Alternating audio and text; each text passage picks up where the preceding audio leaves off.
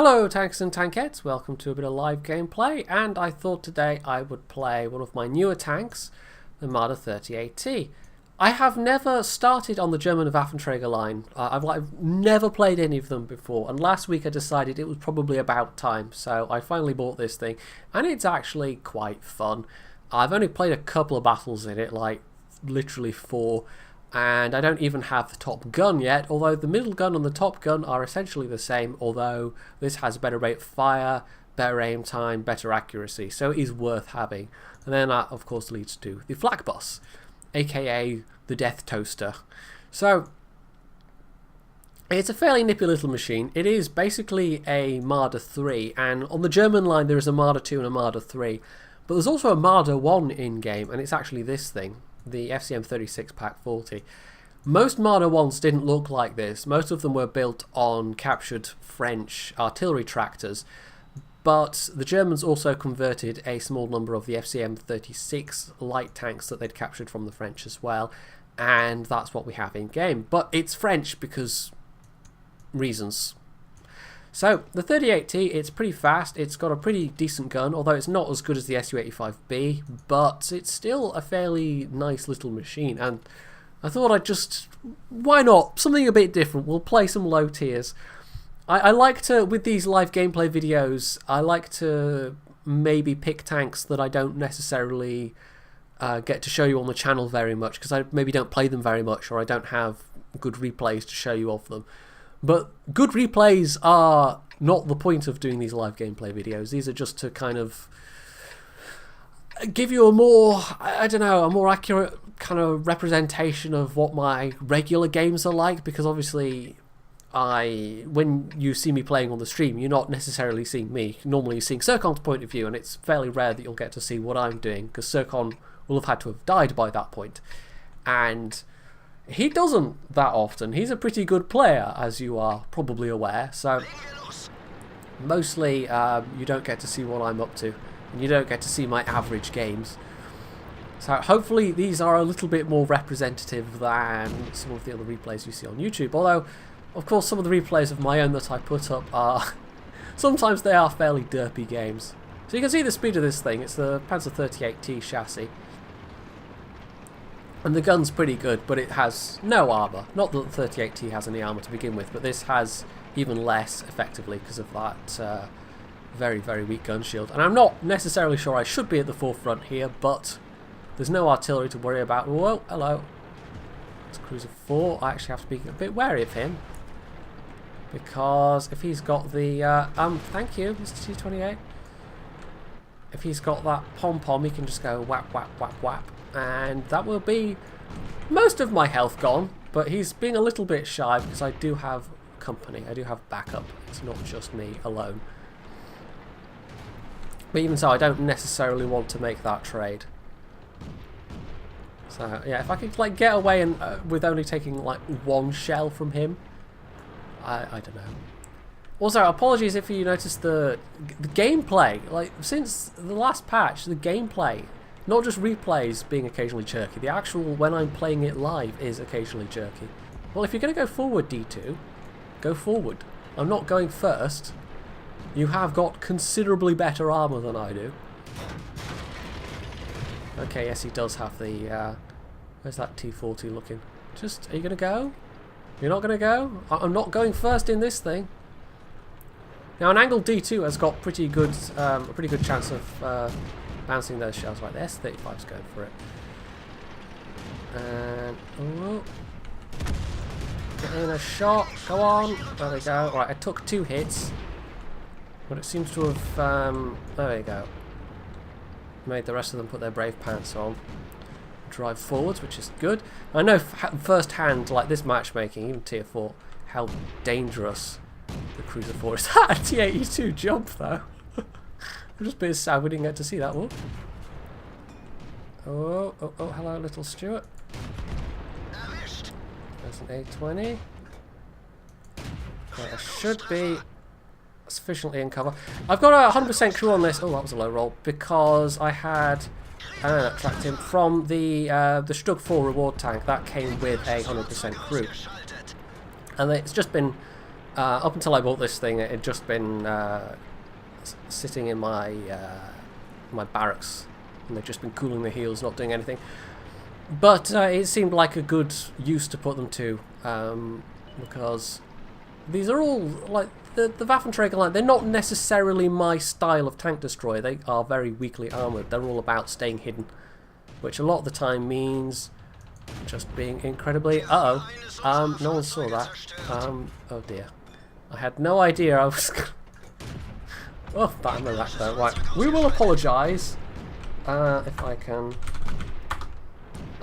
yeah, that was a bit bad. I had no idea my shell was going to go anywhere close.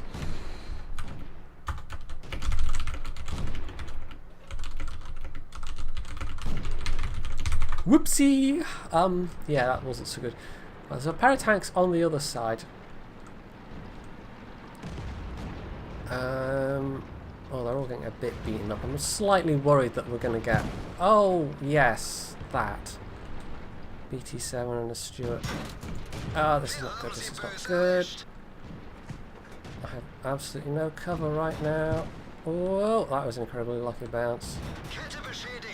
Right, if I can get to cover... no, I can't. The fact that there was two of them there, and I was basically caught out in the... I could have tried going to my...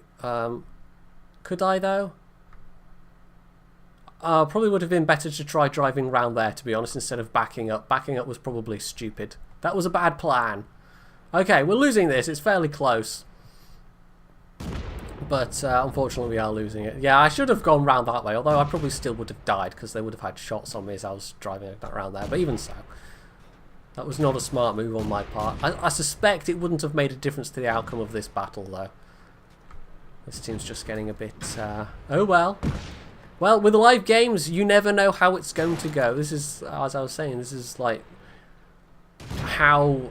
It's a more representative, you know, I can't stream, so this is as close as I can get.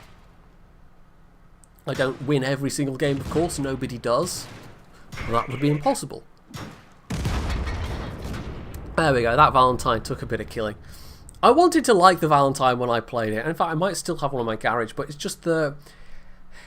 it's got weaker armour than the Matilda, and that's not really an issue because it's still decent armour for a tier 4. It's just the horrifically bad rate of fire. The DPM on the Valentine is terrible, and it's a pity because it was actually like it was the successor tank to the Matilda. The Matilda was a good tank, but it was a bit too slow, and it was very kind of time consuming and very difficult to because the frontal hull I think it was the front part of the hull. It might have been the whole hull, but at least the front armour anyway was cast, and they basically had to grind out the inside bit, and it was incredibly time consuming. And of course Britain was at war, and time consuming was not a good thing, so they came up with a slightly faster, slightly less well armoured, but equally well actually I think better armed tank. But of course in game terms, although it does get a 6-pounder gun, it has, I think, the worst rate of fire of any of the British 6-pounder mounted, you know, machines that can mount this a 6-pounder. So yeah, it's a bit of a pity. I wanted to like the Valentine, and just the rate of fire alone killed it, unfortunately. So I'm going to go Kemp Bush because this is actually not particularly great matchmaking, although it matters less with this gun. This is still... even at tier 6, 108 average pen is still pretty damn decent. So, yeah, you're never going to see worse than a T150, for instance, with like, was it 90 frontal armour? So, it's not so bad. It could be a lot worse. Whoa. Stug 4. You don't see many people playing their Stug 4s. It's not particularly great. Like, if that had been with that gun, if it had been tier 4, it would have been... I think a lot more acceptable. I'm going to try blind firing this Stug 3. He's just slightly out-rendered. Oh, there he is. No idea if that hit or not, but that was worth a shot or two. Now our 3001p is... ooh, he's getting rather...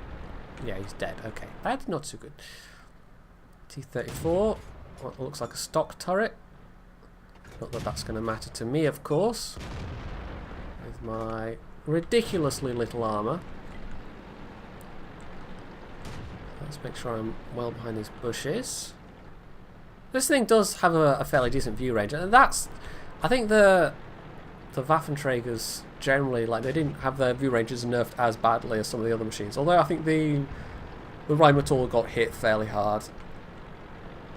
But they rely absolutely on just not ever being seen. Kill that Cromwell, that'd be nice. There we go. But they don't have the armour, it's all about being sneaky. And, oh, I don't want to go out. I have no idea if I'm spotted or not. It's 100% crew, but no actual skills yet. And it makes it a little tricky when you're in something like this. It's a kind of tank where you really do need sixth sense. Because knowing if you're spotted or not is absolutely the difference between life and death. Oh. Go on, Cheeto. A little bit further out. What's that ELC doing? Well, this is collapsed rapidly. This scales up better than a lot of the tier 4 machines do. I mean, not maybe quite as well as, say, the oh, I've got a different spot here. It's a bit scary. Full health toggle, that's good. Not quite as much as the SU-85B because that's got a better gun, but it's pretty good. Not to be sniffed at. But you're not going to carry a tier 6 match unless it's the most kind of extreme circumstances. Like, it's just not going to happen. You don't have the armor, you don't have the hit points. I mean, one of the things with like, I've seen it proposed in various places over the years, but that would make sense, at least to me, and it's the kind of solution that's made the most sense outside of limiting matchmaking to +1, -1, for at least the low tiers, is you have kind of reactive hit points. So if you're a tier 4 tank in a tier 6 match, you get more hit points than you would if you were top tier. And it would not be a perfect solution by any means, but it would be something. You wouldn't be quite as crippled. You wouldn't necessarily just be an automatic one-shot for, well, most things. So that would be one way of doing it without necessarily changing the current matchmaking, but I'm sure it would still require a lot of actual jiggery-pokery to the game to make that work as a programming solution. Yeah, we're being quite comprehensively thrashed here, aren't we? And there's very little I can do about it. Cool. Good driving there, G1R. I can't turn around. T34. At least wring a little bit more damage out of it. Now, this is the team's collapsed under 5 minutes. I mean, 2 losses in a row. What can you do? Sometimes you just get games like this, and there's not a whole lot you can do about it. So there you go. I got 2 shot by a Tog. And if I'd had more hit points, I could have at least, you know, gone down swinging a little harder. But anyway. So there we go, 2 losses in a row. I might play a couple more games after I've finished recording just to try and get the daily on this thing, because that'd be nice. But, it's good for a tier 4, but it's still a tier 4. And that in of itself is problematic with the current World of Tanks matchmaking. And yes, it used to be worse in the old days. But there's a reason more people started playing once they actually tightened it up. Although that might be assuming causality there, I don't know. It would actually be interesting to see if there was any kind of correlation between the World of Tanks matchmaking being tightened up in, when was it, 7 point something? I can't remember, one of the 7.0 patches, and how many people, you know, what the influx of or how many people stuck around as compared to previously. Because a lot of people join the game and they play a couple of low tiers and they think, you know, they maybe get to tier 3 and they see tier 5s the first time and they think, right, okay, no, I'm out. Whereas in the old days, of course, it was worse, so maybe the dropout rate would have been even higher. I would be really curious to see that, but I don't know if even Wargaming would have that data to hand. So anyway, there we go, the Marder 38T. I think it's alright. It just suffers for being a tier 4 is all. So, if you enjoyed this video, you can hit the like button, you can leave any comments below, you can subscribe to my channel, and as always, stay tuned for more.